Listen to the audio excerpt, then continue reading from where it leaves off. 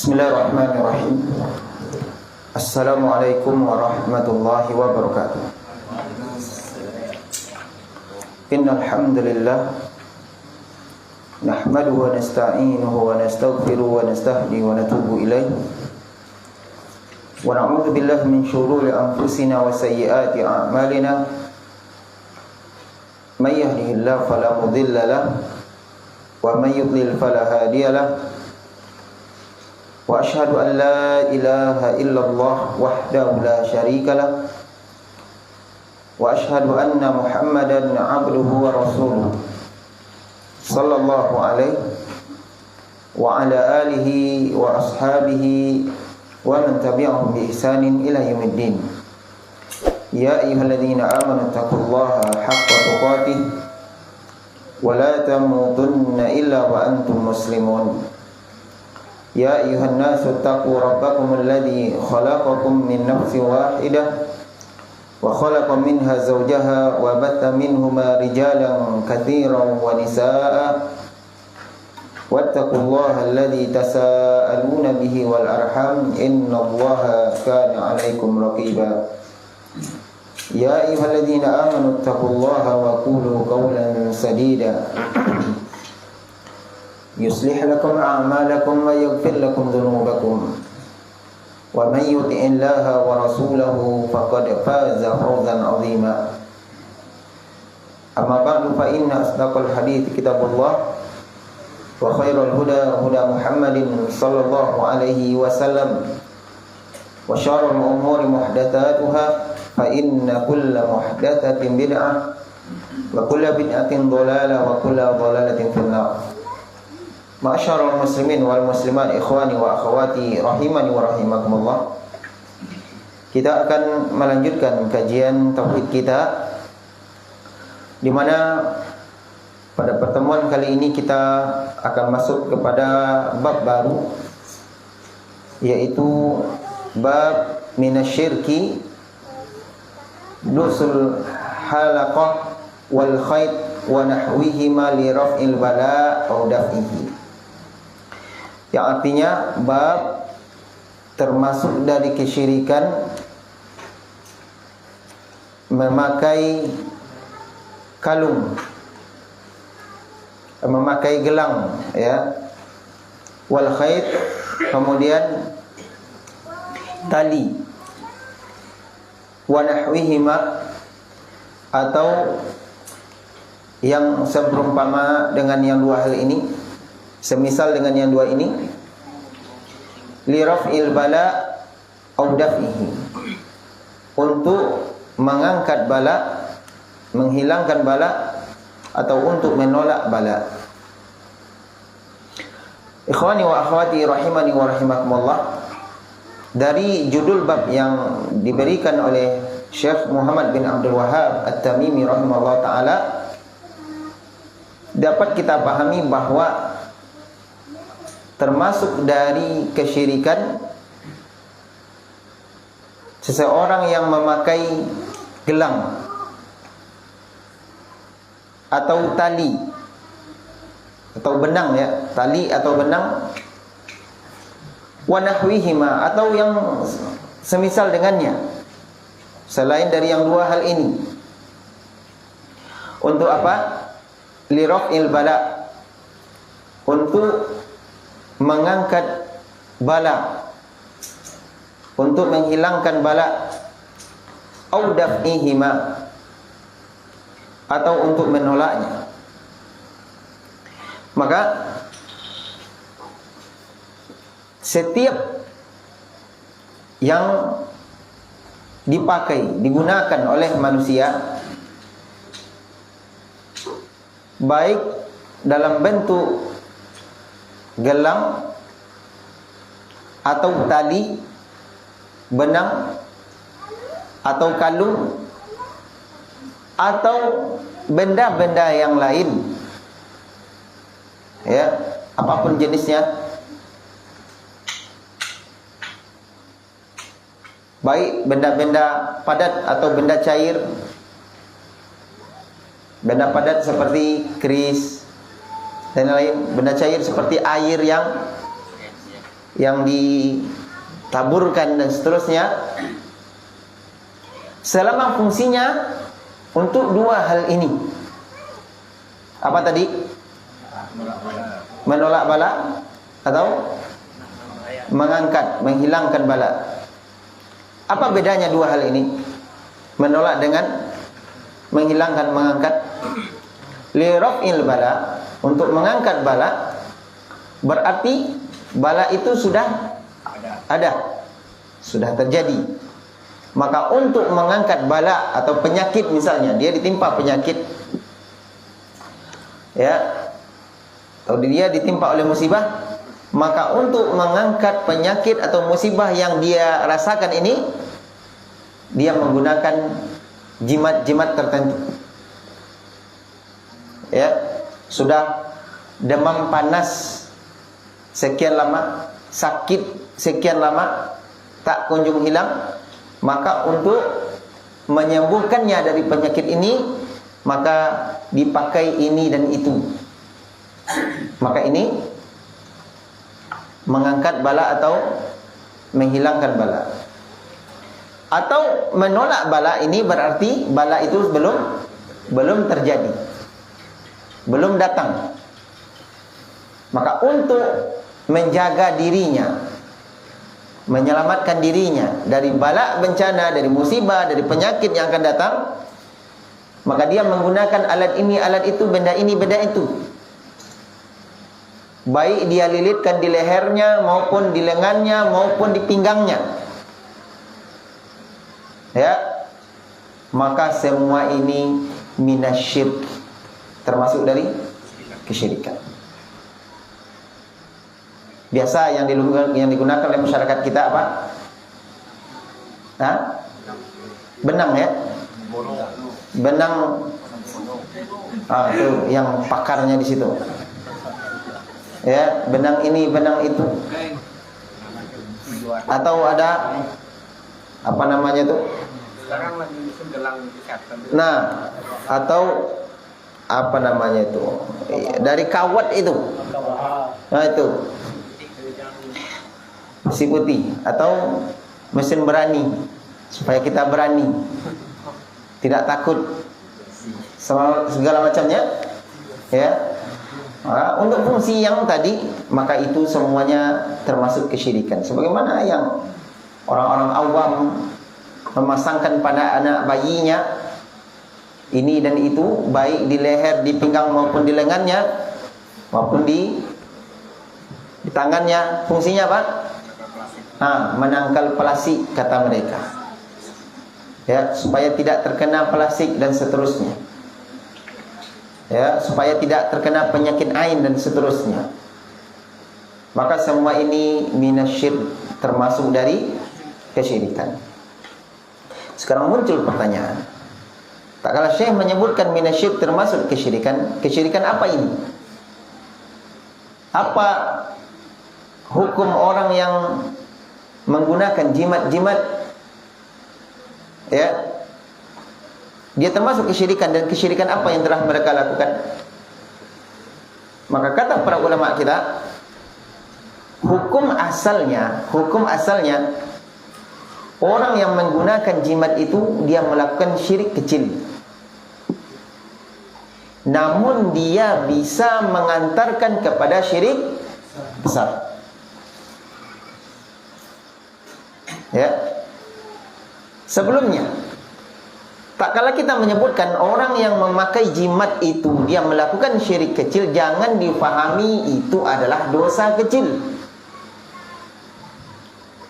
Ya, dia adalah dosa besar, walaupun itu syirik kecil.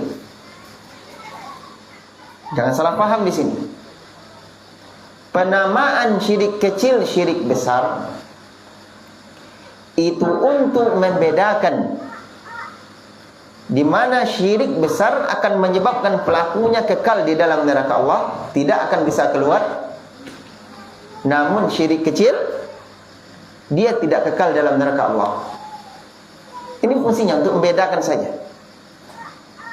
Bukan tak kalau disebutkan ini syirik kecil, ini syirik besar, berarti syirik kecil itu dosa kecil. Tidak.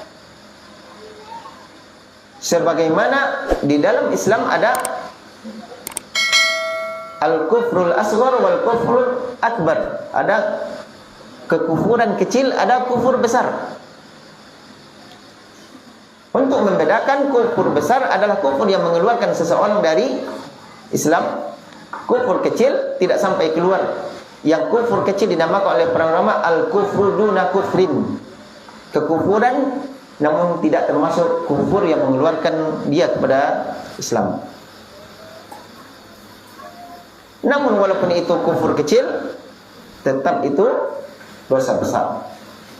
Sebagaimanapun juga ada istilah itu lagi, yaitu munafik, nifak. Ada nifak asghar, ada nifak akbar.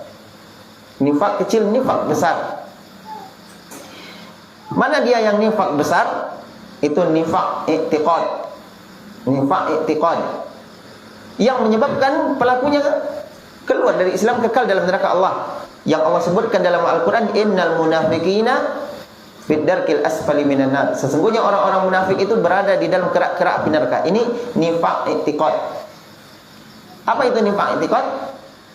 Seseorang yang menampakkan keislaman namun batinnya membenci Islam.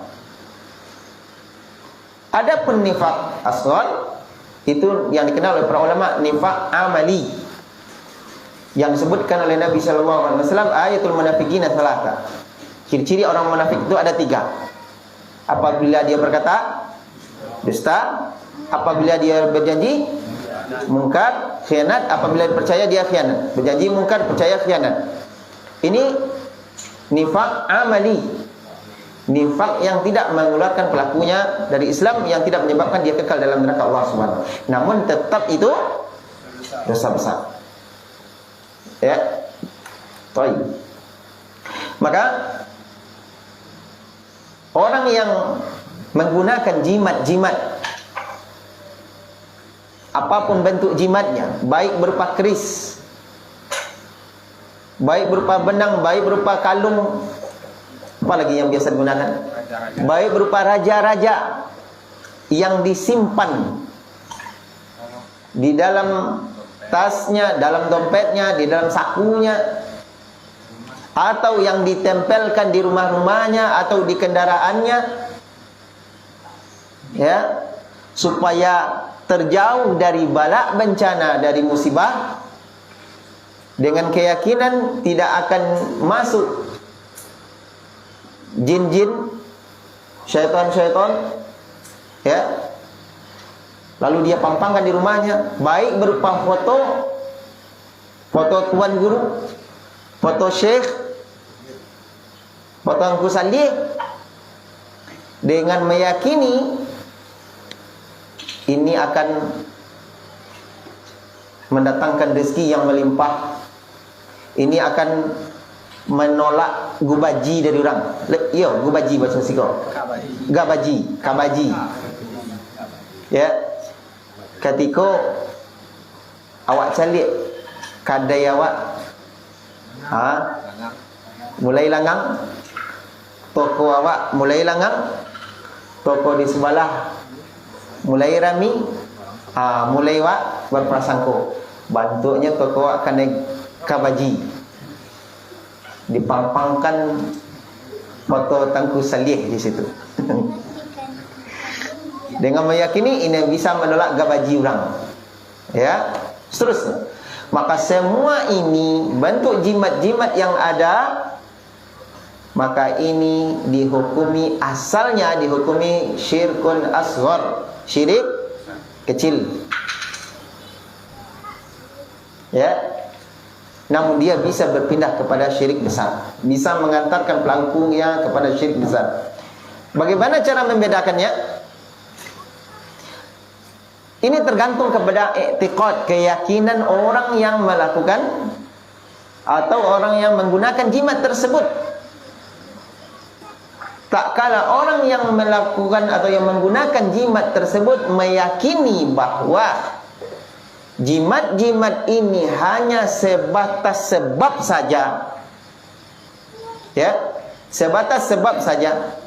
Foto angku salih ko Iko hanya sebatas sebab saja untuk menolak bala, bencana. Adapun yang menolaknya itu siapa? Allah Subhanahu wa taala. Maka dia melakukan syirik kecil. Dia terjatuh kepada syirik kecil. Dia menggunakan kalung ini, dia menggunakan benang ini dan seterusnya. Ini hanya sebatas sebab saja. Adapun yang melakukannya hanya Allah Subhanahu wa taala. Dia meyakini Allah Subhanahu wa taala pelakunya. Maka ini syirik kecil.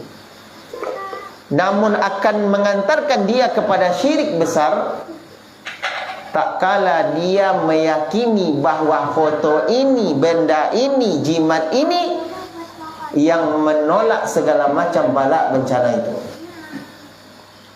Ya.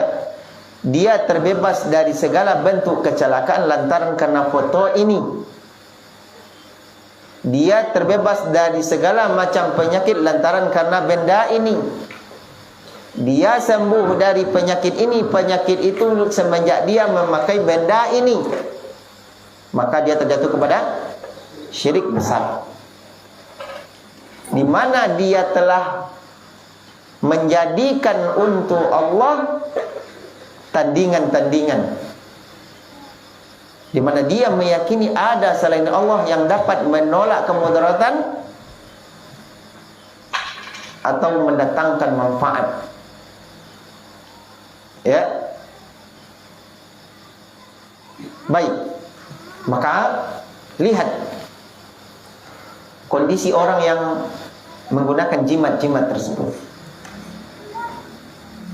Apakah dia meyakini jimat ini sebagai penyebab saja, atau dia meyakini jimat ini yang melakukannya? Tidak mengikut campurkan Allah Subhanahu wa taala. Kemudian dari sisi mana dia dianggap telah terjatuh kepada syirik kecil? Kalau syirik besar tadi paham kita, ya. Dari syirik kecilnya, dari sisi mana dia terjatuh kepada syirik kecil? Terjatuh dia kepada syirik kecil tak kala dia telah menetapkan sebuah sebab untuk sebuah kejadian, untuk sebuah akibat yang padahal itu tidak ditetapkan oleh Allah Subhanahu wa taala. Dia telah menetapkan hukum bahwasanya ini bisa dijadikan sebab untuk hal ini. Padahal Allah tidak menetapkan hukum bahwa ini bisa dijadikan sebab. Maka seolah-olah dia telah mempersekutukan Allah di sini dalam menetapkan sebab. Ya. Maka disitulah terjatuh dia kepada kesyirikan. Ikhwani wa akhwati rahimani wa rahimakumullah. Para ulama kita menjelaskan bahwa sesuatu itu bisa dikatakan sebagai sebab dengan terbukti salah satu dari dua hal. Sesuatu bisa dijadikan sebab, atau sesuatu bisa kita nyatakan Allah telah menjadikan dia sebagai sebab, tak kala terbukti salah satu dari dua hal. Sehingga Syekh Muhammad bin Shalih Al-Utsaimin di sini menyebutkan wa tariqul ilmi bi anna syai'a sababun. Cara mengetahui bahwa sesuatu ini bisa dijadikan sebab ada dua. Imma an tariqis syara'. Bisa jadi kita ketahui dari sisi syariat, dari sisi dalil, dari sisi wahyu, di mana ada ayat yang menyebutkan bahwa dia bisa dijadikan sebab untuk permasalahan ini, sebab untuk mendapatkan akibat ini. Atau ada hadis Nabi SAW yang menjelaskan, seperti Allah Subhanahu wa taala menyebutkan di dalam surat An-Nahl ayat 69 bahwasanya asal madu itu bisa dijadikan sebab untuk kesembuhan. Allah menyatakan fihi syifa'un linnas, di dalamnya terdapat obat bagi manusia. Begitu pula dengan Al-Quran. Allah telah menyebutkan bahwa Al-Quran itu bisa menjadi obat. Allah menyatakan wa nunazzilu minal Qur'ani ma huwa syifaa'un wa rahmatun lil mu'minin. Surah Al-Isra ayat 82. Dan kami telah menurunkan dari Al-Quran apa-apa yang bisa menjadi obat dan rahmat bagi orang-orang beriman. Ya. Ayat menjelaskan bahwa madu dan Al-Quran bisa dijadikan sebagai obat. Namun jangan pula dipahami Al-Quran bisa dijadikan obat kemudian diambil Al-Quran direndam dalam air. Itu bukan berobat dengan Al-Quran, itu berobat dengan tinta. Jangan dipahami ya, berobat dengan tinta. Berobat dengan Al-Quran bukan dengan direndam kemudian diminum. Akan tetapi dibacakan Al-Quran. Ya, dibacakan Al-Quran, diruqyah.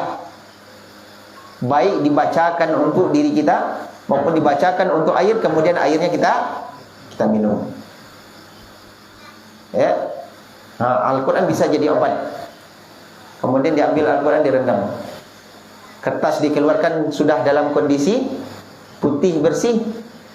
Kemudian airnya sudah berubah warna menjadi kuning atau kehitaman. Ini dia, diminum. Berarti kita berobat dengan tinta, bukan dengan Al-Quran. Kemudian hadis Nabi SAW contohnya lagi, tak kala Nabi SAW menyatakan ma'u zamzam liman syuribalahu. Air zam-zam itu bisa menjadi obat sesuai dengan niat orang meminumnya. Maka sebab-sebab yang ada yang kita sebutkan tadi, baik madu tadi, Al-Quran maupun air zam-zam, ini bisa diyakini sebagai sebab untuk kesembuhan obat. Melalui apa kita mengetahui? Melalui dalil, melalui syariat. Ya, melalui syariat. Kemudian kata Syekh, wa amma an tariqil qadar, atau kita mengetahuinya melalui penelitian-penelitian, melalui tajribah, ya, melalui ketetapan Allah yang telah Allah tetapkan. Bahwasanya ini telah Allah tetapkan bisa menjadi obat untuk ini, contoh. Bisa menjadi sebab untuk ini. Dan kita mengetahuinya tak kala kita melewati atau melakukan percobaan-percobaan, pengujian-pengujian. Setelah melewati sekian banyak ujian-ujian dan cobaan-cobaan, ternyata dapat kita simpulkan, ternyata terbukti ini bisa dijadikan sebab untuk permasalahan ini, untuk kesembuhan ini, untuk penyakit ini dan seterusnya. Ya. Selama tidak terbukti bahwa dia bisa dijadikan sebab, baik secara syariat maupun melalui penelitian teknologi, tajribah, percobaan-percobaan, maka tidak boleh bagi kita untuk meyakini bahwa dia bisa dijadikan sebab. Ya. Sebab yang dimaksud, kata Syekh, sebab yang dimaksud dari sisi tajribah ini, penelitian ini, percobaan ini adalah sebab yang dapat dilihat secara langsung. Bisa diteliti, bisa dikaji, bisa dilihat. Karena kalau tidak, bisa jadi ada orang nanti yang menyatakan, saya merasakan bahwa keris ini bisa dijadikan sebab untuk banyak dapat piti, lapang rezeki. Kan banyak sekarang tak ingin mendapatkan rezeki melimpah, telepon nomor ini. Polaris. Ingin dapat jodoh. Ya, kalau jodoh ya oke-oke aja lah ya kan. Baik. Nah, ini dia permasalahan. Maka tak kala dikaji tidak ada hubungannya keris dengan rezeki dan seterusnya. Seperti apapun percobaan-percobaan yang dilakukan, ya, tidak terlihat langsung, tidak bisa dikaji secara ilmiah, maka ini tidak diterima. Walaupun ada barangkali orang merasakan semenjak dia pakai keris ini rezekinya semakin banyak, ya, hidupnya semakin wah misalnya, maka ini tidak bisa dikaji, tidak bisa diyakini bahwa ini bisa dijadikan sebagai sebab. Ikhwani wa akhwati rahimani wa rahimakumullah. Keyakinan ahlu sunnah wal jamaah tentang permasalahan sebab, ya, ahlu sunnah wal jamaah dalam permasalahan sebab dia terbagi menjadi dua. Dikelompokkan menjadi dua. Yang pertama, af'alul jawarih, amalan dari anggota badan. Amalan dari anggota badan, maka dia akan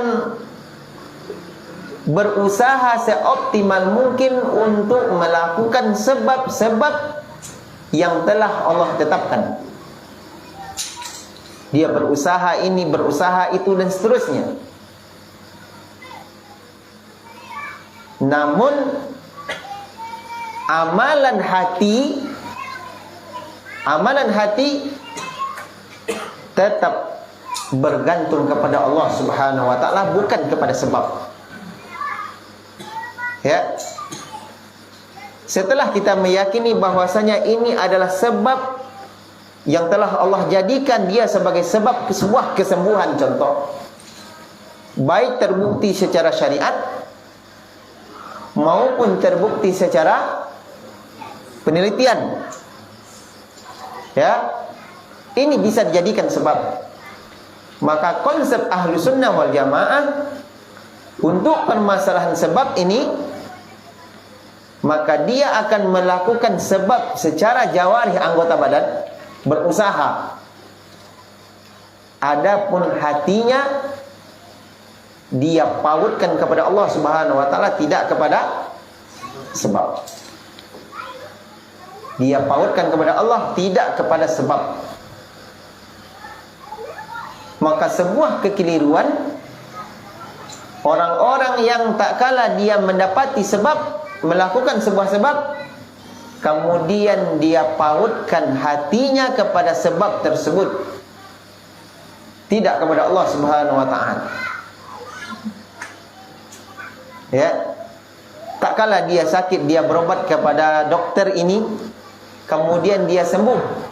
Kemudian dia berobat, suatu ketika dia sakit lagi, berobat kepada dokter itu, kemudian dia merasakan tidak ada kurang penyakitnya, akan malahan barangkali menjadi semakin parah. Kemudian dia berobat lagi sama dokter yang pertama, ternyata sembuh. Apa keyakinan dalam hatinya? Ternyata dokter ini mampu menyembuhkan saya. Dan itu berbahaya. Atau tidak sampai kepada itu, akan tetapi hatinya terpaut kepada dokter tersebut. Ya, hatinya dia pautkan kepada dokter tersebut. Ketika dia sakit, hatinya terpaut, dokter inilah, dokter inilah, dokter inilah. Ya, tidak. Kaum muslimin Ahlus Sunnah wal Jamaah, dia meyakini bahwasanya yang menggerakkan semua itu adalah Allah Subhanahu wa taala. Sehingga akidah Ahlus Sunnah wal Jamaah tentang permasalahan sebab, Ahlus Sunnah wal Jamaah meyakini bahwasanya sebab dan akibat itu adalah ciptaan Allah Subhanahu wa taala. Sebab itu ciptaan Allah, akibat dari sebab itu juga ciptaan Allah, maka sebab dan akibat itu tergantung di tangan Allah Subhanahu wa taala. Alangkah banyaknya fakta kita dapatkan sebab ada namun akibat tidak dapat. Ya. Apa contohnya? Contohnya adalah orang menikah, suami istri menikah, namun tak kunjung punya anak keturunan. Ketika sudah diteliti, ternyata si suami sehat, ternyata si istri sehat, namun tak punya keturunan. Kemudian Ustaz Firanda pernah menyampaikan, ada ketika itu pertanyaan ketika dia ngisi di Masjid Nabawi, orang Indonesia, sudah 18 tahun dia menikah tak punya keturunan. Akhirnya dia pisah. Si laki-laki menikah lagi ternyata punya anak, si wanita menikah lagi ternyata juga punya anak. Namun kenapa ketika dia digabungkan oleh Allah tidak berikan keturunan? Sebabnya ada, namun tidak mesti akibat itu ada. Karena sebab dan akibat itu di tangan Allah. Allah ciptakan makhluk Allah. Begitu pula bisa jadi ada akibat tanpa sebab. Bisa. Ya. Seperti kita tidak ada berusaha sama sekali. Ya. Tiba-tiba datang orang mengantarkan uang. Ya kan? Sedang duduk-duduk seperti ini, datang orang mengantarkan uang. Datang orang mengantarkan lauk. Ya, karena kami sering juga nih. Ya. Hampir kita mau beli lauk keluar, duduk, datang orang mengantarkan lauk. Tidak usah pulang, nanti datang ke rumah Ustaz mengantarkan lauk ya. Ya, alhamdulillah ternyata rezeki datang tidak mesti harus usaha. Memang sebabnya kita harus berusaha, namun tidak mesti. Apa contohnya lagi? Contohnya adalah Nabi Isa alaihi salam, dia lahir tanpa melalui proses pernikahan, perkawinan. Bahkan yang lebih dahsyat daripada itu, Nabi Adam alaihi salam diciptakan oleh Allah tanpa ayah, tanpa ibu. Ya. Hawa diciptakan oleh Allah tanpa ibu. Akibat ada namun tidak ada sebab.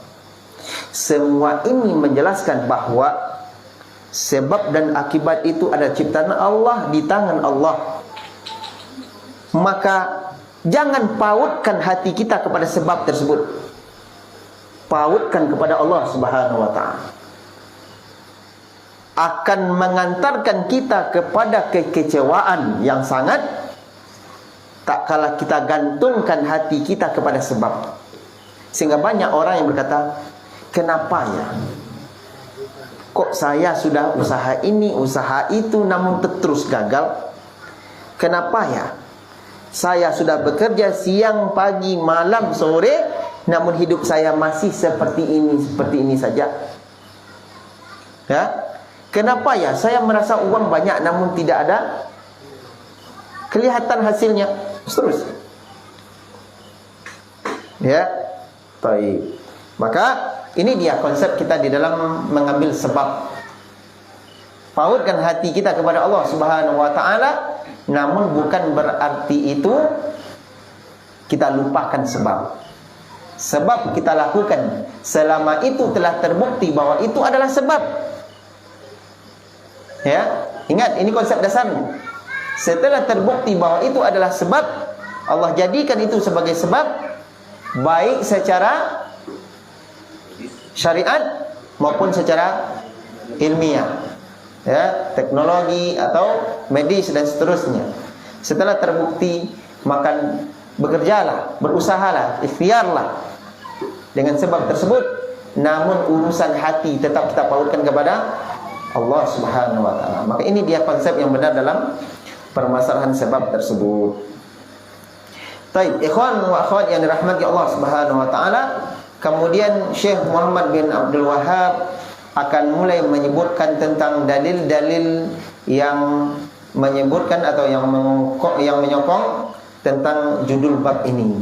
Dan insyaallah besok kita akan mulai membahas dalil-dalil tersebut insyaallah ta'ala. Baik, ada yang ingin bertanya? Sebab ini ada dua. Nah. Sebab itu ada dua. Cara mengetahui sebab itu ada dua. Yang pertama apa tadi? Hah? Kemudian kedua apa? Amalan hati. Itu dia. Baik. Wassallallahu ala nabiyina Muhammadin wa ala alihi wa sahbihi wa man tabi'ahum bi ihsanin ila yaumil din. Subhanakallahumma wa bihamdik asyhadu an la ilaha illa anta astaghfiruka wa atubu ilaik. Wassalamualaikum warahmatullahi wabarakatuh.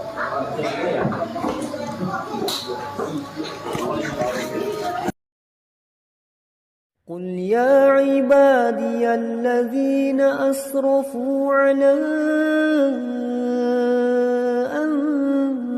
أنفسهم لا تقنطوا من رحمة الله